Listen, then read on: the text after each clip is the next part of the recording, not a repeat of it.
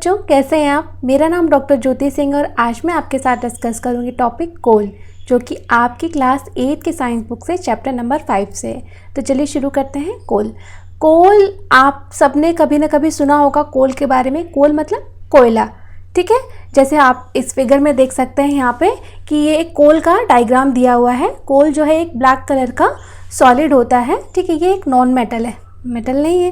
तो कोल क्या है, एक फॉसिल फ्यूल है। फॉसिल फ्यूल इसलिए कहते हैं क्योंकि ये उन प्लांट से मिल के बना है जो कभी ना कभी जिंदा थे और किसी भूकंप या किसी इस तरह के जो वॉल्केनिक एरप्शन की वजह से ये अर्थ के अंदर दब गए। और अर्थ के अंदर क्योंकि बहुत ज़्यादा हाई टेम्परेचर था, हाई प्रेशर था और एनारोबिक कंडीशंस थी, तो इन सारी कंडीशंस की वजह से ये जो प्लांट्स थे वो कोल में कन्वर्ट हो गए after a very long time. It took a very long time for them to get converted into कोल।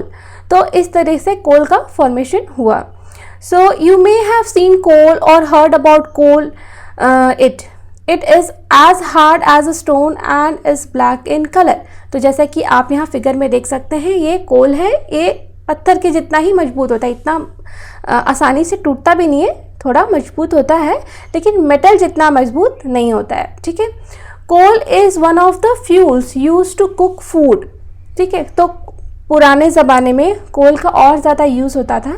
आज के टाइम तो इलेक्ट्रिसिटी है, हर किसी के पास इलेक्ट्रिसिटी अवेलेबल है, लेकिन पुराने समय में फ्यूल की तरह कोल को बहुत ज़्यादा इस्तेमाल किया जाता था। एक रेडीमेड सोर्स ऑफ फ्यूल की तरह आप कह सकते हो, ठीक है। तो कोल इस तरह से यूज़ होता था। जैसे आज के समय में गैस और इलेक्ट्रिक जो कुकवेयर्स हैं वो यूज़ हो रहे हैं, वैसे पहले कोल यूज़ होता था, क्योंकि इसमें बहुत ज़्यादा आग लगाने की और बहुत ज़्यादा जो है एफर्ट डालने की ज़रूरत नहीं पड़ती थी और ये बहुत ज़्यादा अमाउंट में हीट भी प्रोड्यूस करता था। Earlier it was used in railway engines to produce steam to run the engines. तो पहले जब नई नई ट्रेनें बनी थी तो उन ट्रेन्स में क्या था कि वो स्टीम से चलती थी, स्टीम के प्रेशर से चलती थी। तो स्टीम प्रोड्यूस करने के लिए क्या करना पड़ता है, पानी को उबालना पड़ता है, गर्म करना पड़ता है, और उस गर्म पानी को गर्म करने के लिए फ्यूल चाहिए। और कोल जो है एज अ फ्यूल यूज़ होता था पानी को गर्म करने के लिए, ताकि बहुत सारी स्टीम प्रोड्यूस हो और उस स्टीम के प्रेशर से फिर हमारी ट्रेन जो है वो चलती थी, ठीक है। It is also use in thermal power plants to produce electricity. और तो ये तो चीज़ आज भी होती है, जो थर्मल पावर प्लांट्स हैं उसमें जो टरबाइन है उसको चलाने के लिए स्टीम चाहिए होती है, और उस स्टीम को प्रोड्यूस करने के लिए हम कोयला यूज़ करते हैं ताकि पानी को गर्म कर सकें। तो थर्मल पावर प्लांट्स में आज भी कोल ही यूज़ हो रहा है, ठीक है। Coal is also use as a fuel in various industries, और बहुत सारी इंडस्ट्रीज में कोल जो है वो एज अ फ्यूल यूज़ हो रहा है अभी भी। स्टोरी ऑफ कोल, तो कोल की कहानी, कोयले की कहानी है कि कोयला कहाँ से आया, कैसे कैसे आया, कैसे इसका फॉर्मेशन हुआ, इसके बारे में डिस्कस किया गया है। Where do we get coal from and how it is form. तो कोयला जनरली हम सुनते हैं कि कोयले की खदान है, कोयला ज़मीन के अंदर से हम निकालते हैं। तो पहेली वही पूछ रही है कि आखिर कोयला कहाँ से आता है और किस तरीके से बनता है। About 300 million years ago, 300 million years, ठीक है, इतने लाखों साल पहले जो है क्या हुआ था, the earth had dense forest in low lying wetland areas. तो आज से कितने लाखों हज़ारों साल पहले अर्थ पे बहुत सारे जंगल थे, बहुत सारे फॉरेस्ट थे जो कि वेटलैंड्स में थे, मतलब दलदली ज़मीन में थे, ठीक है। और क्या हुआ, ड्यू टू नेचुरल प्रोसेसेस, जैसे नेचुरल प्रोसेस जैसे कि फ्लडिंग है, भूकंप आ गया या वोल्केनो एरप्शन हो गया, तो इन वजहों से वो जो लो लाइंग एरिया थे, वेटलैंड्स थे, उनके अंदर जो है ये दब गए। ये फॉरेस्ट जो प्लांट्स थे, ये वेजिटेशन जो थी वो दब गई और वो हाई प्रेशर और हाई टेम्परेचर के संपर्क में आ गई, ठीक है। These forest got buried under the soil as more soil deposited over them they were compressed। तो एक बार दब गया और उसके ऊपर तरह मिट्टी की परत जमती गई, तो बहुत सारी मिट्टी की, जब हाई अमाउंट में मिट्टी की परत जम गई तो वो बहुत ज़्यादा प्रेशर में आ गए, कंप्रेस्ड हो गए वो वेजिटेशन। तो अंडर हाई प्रेशर में the temperature also rose as they sank deeper and deeper. तो आपको पता है कि अर्थ क्रस्ट का टेम्परेचर जो है वो बहुत ज़्यादा होता है। अर्थ के अंदर जैसे जैसे हम नीचे जाएंगे तो टेम्परेचर बढ़ने लगता है, ठीक है। Under high pressure and high temperature dead plants got slowly converted to coal. तो हाई टेम्परेचर और हाई प्रेशर की वजह से ये जो प्लांट्स थे वो धीरे धीरे बहुत टाइम लगा इसमें भी, और वो प्लांट्स जो है वो कोल में कन्वर्ट हो गए। As coal contains mainly carbon, the slow process of conversion of dead vegetation into coal is called carbonization।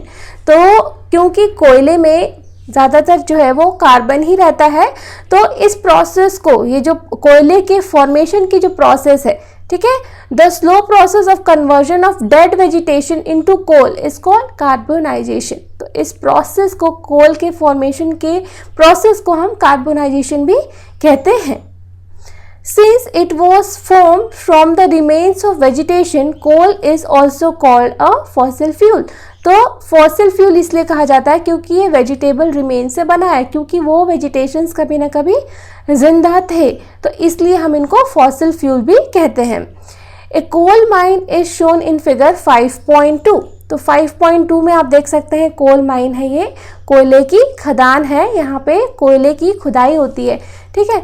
तो इस तरह की माइंस में बहुत डीप जा करके कोयले की खुदाई होती है और वहाँ से कोयला निकाला जाता है, फिर उसको प्योरीफाई करके जो है आगे बढ़ाया जाता है।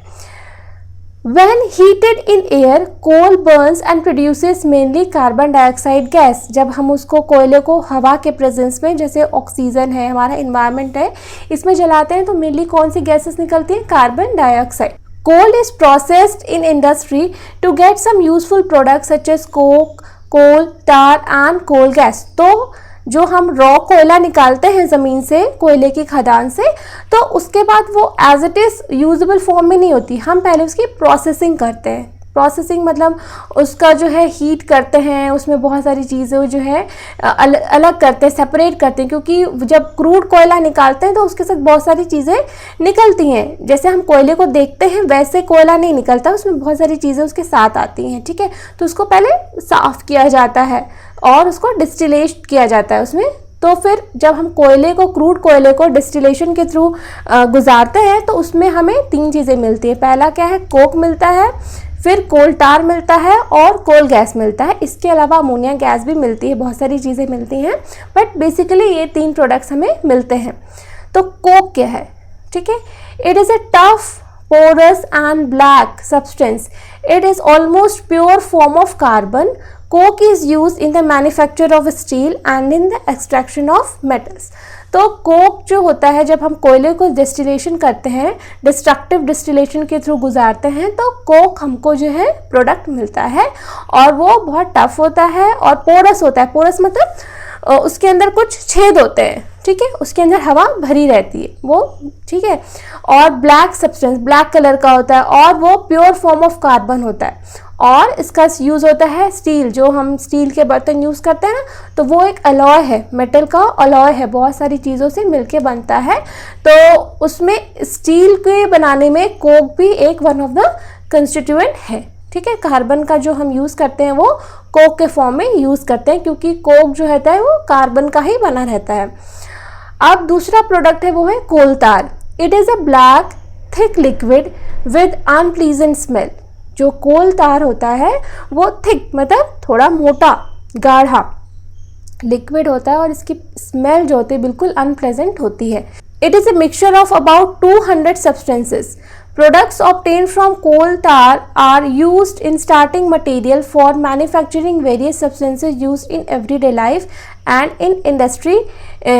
जो कोल टार होती है उसकी अनप्लीजेंट स्मेल होती है और उसका यूज़ जो होता है बहुत सारे इंडस्ट्रियल प्रोसेसेस में होती है।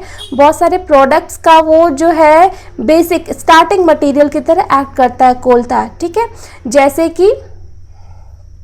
जैसे कि लाइक सिंथेटिक डाइज, जैसे कि like synthetic dies, drugs, explosive, perfumes, plastics, paints, photographic films, roofing material, etc.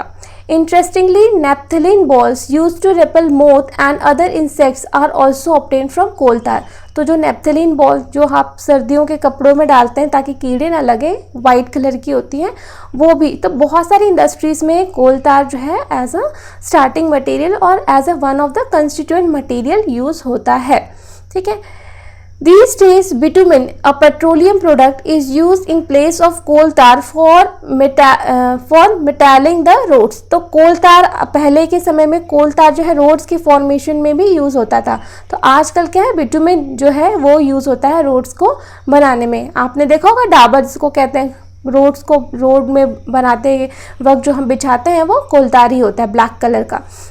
और तीसरा जो प्रोडक्ट है वो है कोल गैस।